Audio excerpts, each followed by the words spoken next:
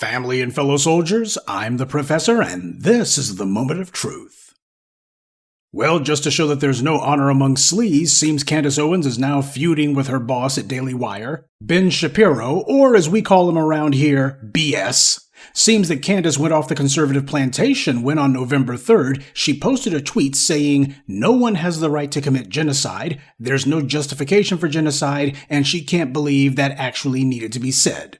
Apparently she suffers from brain damage, assuming she has one, because the gang of creeps that she's been shilling for her entire adult life have been attacking black people full time, and she's never said boo about that, making excuses and openly justifying the killing of black people, and telling everybody that there was no reason that black person should live. They do this every single time, and that's who she pals around with. And she hasn't said so much as boo about it. In fact, she gleefully joins in with them. Now, shortly after she made that tweet, Dave Rubin, a fellow traveler with the BS crowd, he came for Owens, and of course he was accusing her of repeating an anti-Israeli talking point line. Owens responded with a couple tweets telling Rubin that she never mentioned Israel, she just said genocide, and how strange it was that apparently he took it that way. Now, of course, this is her being passive-aggressive. Rather than just say what specifically she was referring to, she acts as if she had just been making some remark off the top of her empty head for no reason.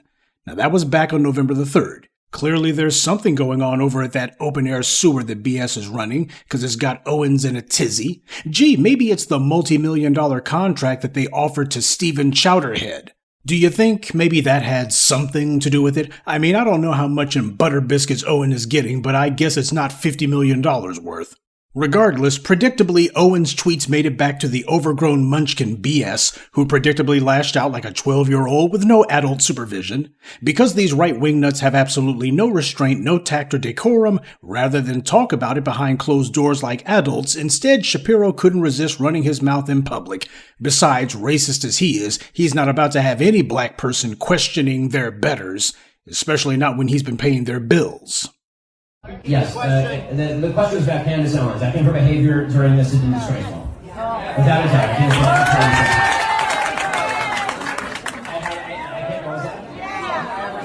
yeah, I mean, she still works for my company. And I think she's been absolutely disgraceful. I think that her faux sophistication on these particular issues has been ridiculous. It's not faux sophistication, it's ridiculous. Everybody can see the moves that she's making and the things that she's saying, and I find them disreputable. Faux sophistication, he says. Coming from this sawed-off idiot who's doing his impersonation of what he thinks a smart person sounds like, he's one to talk. But here he is, turning on Owens because of a tweet. Nowhere does he mention, well, we got the First Amendment of this country, that's very important, especially conservatives like us. I mean, it has to be the Constitution, it's the left who's always canceling people. They're the one doing the work, please, and we don't do that over here on the right. I agree with what you say, but I defend your right to say it. He doesn't say that at all. He didn't tell the crowd, hey, I may disagree with what she says, but over here at the Daily Wire, we don't make it a point to police what people say. He didn't say that at all. So much for the white right's vaunted freedom of speech line, huh? Now, Candace Owens, being equally lacking in all civility and decency, decided to keep this public spat public. So, a few days ago, she decided to go on Tucker Carlson's little toilet bowl on Twitter and give her little interview there. And just to make sure that people got the message, 2 days ago she responded to Shapiro's dressing down on Twitter by tweeting a Bible verse about blessed are the peacemakers, and that men shall revile and persecute you. She ended her self-righteous screed by writing, "You cannot serve both God and money." Now again, this is Candace Owens saying this. This woman's made a career out of being combative, vehemently disagreeable, defending acts of violence, especially against black people, being totally uncivil and uncivilized, and being a shameless cheerleader for acts of extremism by the white right. She downplayed the January 6th riot completely, which tells you everything you need to know about her. The idea that these people came to the Capitol armed is completely dishonest because DC is not, you can't just carry weaponry in DC. We are not a conceal and carry district. District of Columbia is you just can't have weapons on you. Even people, former police officers that come in here, they're just not allowed to carry weapons in DC. So this idea that these people were armed, the first question you should be asking is with what? Tucker Carlson also did an analysis of tracing where the idea of an armed insurrection came from. And it was from, you may have heard, a police officer died. He was one of the 5 people that died that day. She actually made the asinine comparison between citizens protesting the police being allowed to murder unarmed black people with impunity to a white supremacist mob who overran the Capitol. I don't remember when Black Lives Matters or anyone else ever did that. But this is Candace Owens we're talking about, and nobody expects her to say anything intelligent. Anyway, after Owens posted her Bible verse tweet, BS immediately responded by telling her, "If you feel that taking money from the Daily Wire somehow comes between you and God, by all means quit." So we went from him merely not acknowledging her right to say controversial things, which I thought the white right was fine with. I thought that was their definition of freedom of speech. To now he's telling her if she doesn't like it, she can leave. Say, isn't Shapiro supposed to be the opponent of cancel culture? And here he is trying to cancel Candace Owens, who also claims to be against cancel culture, though she demands anything to the left of Nixon be removed from society entirely and made illegal. Obviously, nobody's rooting for either of these two poor excuses for human beings, though it does go to show the white right's rhetoric about freedom of speech is all a fraud. Whenever they claim everything must be sayable, that's a lie. What they mean is you can say anything about black people. The more racist, the bigger the lie, the better. But if you criticize white power or do anything to make white power feel even inconvenienced, you gotta be done away with. They don't even make a pretense of defending anything that they don't like. If they don't like it, it needs to be done away with. Freedom of speech, hell. Now, Owens responded to her zaddy, massa, boss, by writing, "You have been acting unprofessional and emotionally unhinged for weeks now, and we have all had to sit back and allow it, and have all tried to exercise exceeding understanding for your raw emotion. But you cross a certain line when you come for scripture and read yourself into it. I will not tolerate it." Talk about biting the hand that feeds you and pats you on the head. Though I have to say it's a joke to read Owens talking tough, telling this white supremacist who she depends on for a check that she won't tolerate him, as if she thinks he works for her, as if she has the ability to exercise even the slightest influence over him. Okay, and what if BS keeps doing it then? What's Bucket Mouth Owens gonna do about it? All she can do is leave, assuming those good folks over there don't decide to show her the door first. She's the one being tolerated, not them. But this is what happens when these bootlicks like Owens hang around Massa for too long. They start to get confused and think that they have the same leverage as their paymasters, simply because they all repeat the same claptrap.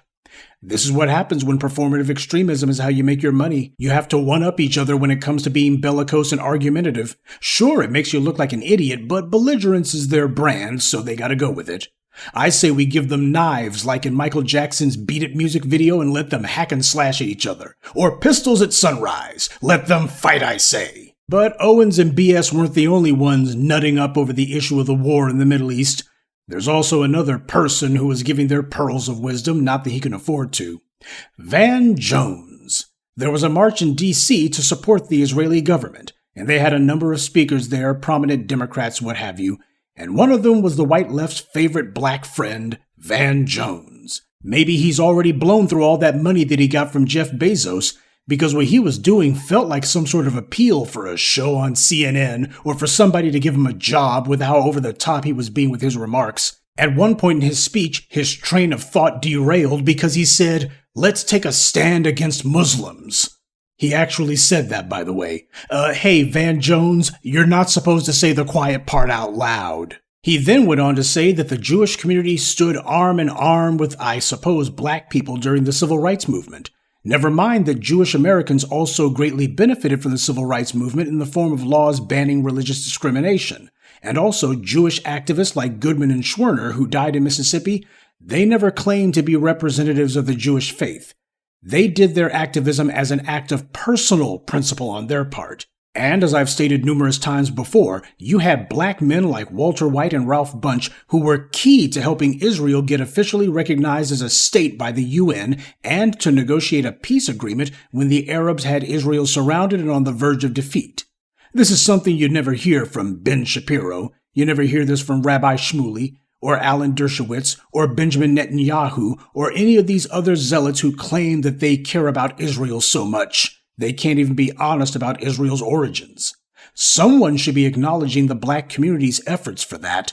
But it won't be Van Jones, and nobody else at that rally did either. To tell history as if Jews were just sticking up for black people gives the false impression that black people were just sitting back, mere beneficiaries of help, when in reality black people gave more than we received.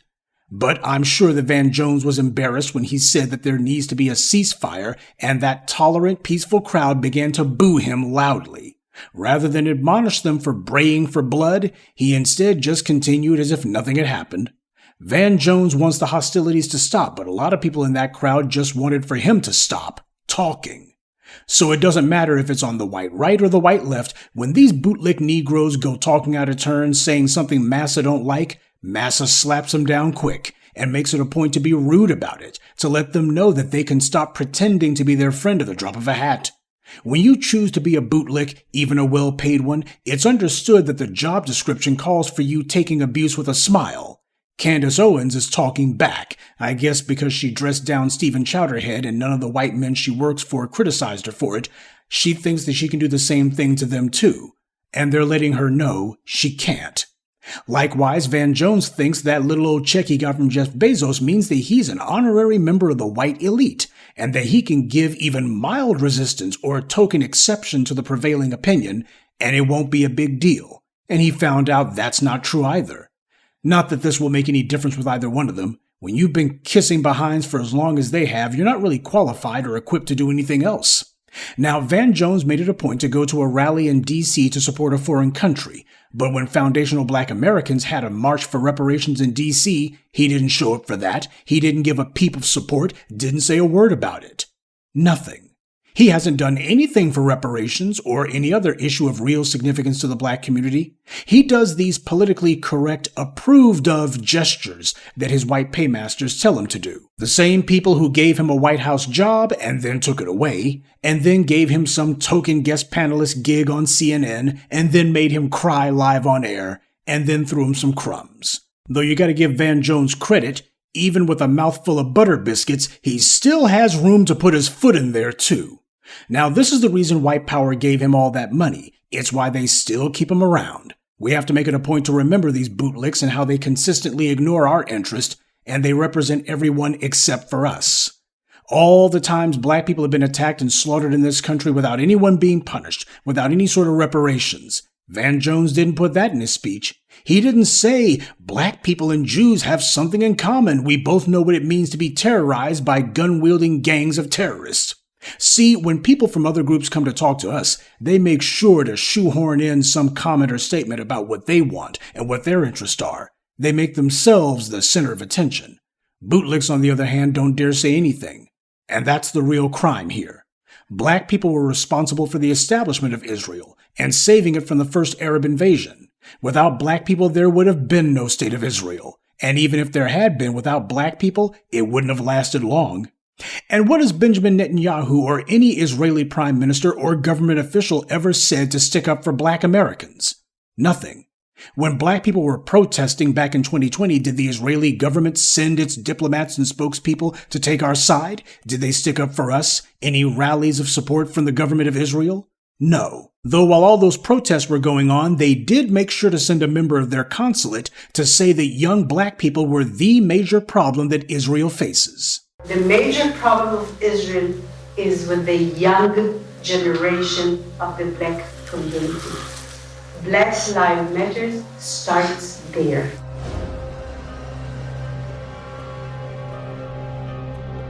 I had last week a dinner, sit-down dinner at my house for 40 people, which are considered the leadership of the black community, and very important people.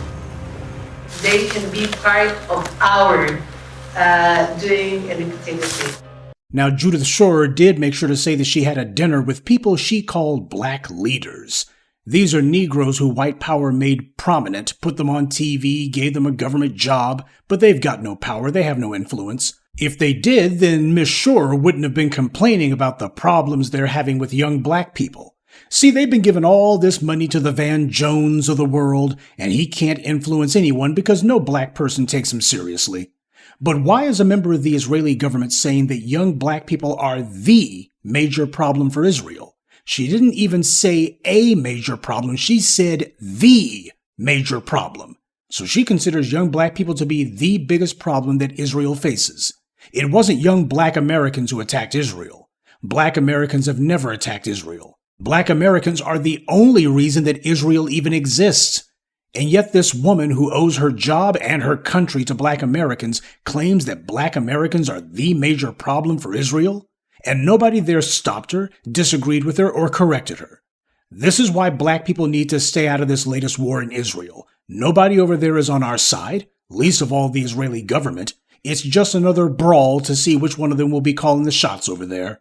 Van Jones speaks for no one but himself, and given the reception that he received at that rally, he's barely doing that. Candace Owens might get the heave-ho after all this is over. The same way that Skip Bayless found an empty-headed Negro willing to sit across the table from him, there's a few unscrupulous Negroes who are drooling for the chance to get BS to hand them a couple of crumbs. Well, I'm sure I speak for the entire Black grassroots when I say that just like Shapiro and the people at that rally, I don't respect Candace Owens or Van Jones, and none of us would mind at all if both of them just shut up. Good day, and be one. I'd like to take a moment to mention some of our contributors: Kenneth Dickerson, Joyce Blizzard, Morris Bodden, Wally Bilal, and Bobby Ross. Salute to them and thank you to everyone for listening, liking, and sharing this message. Black empowerment only exists because of you.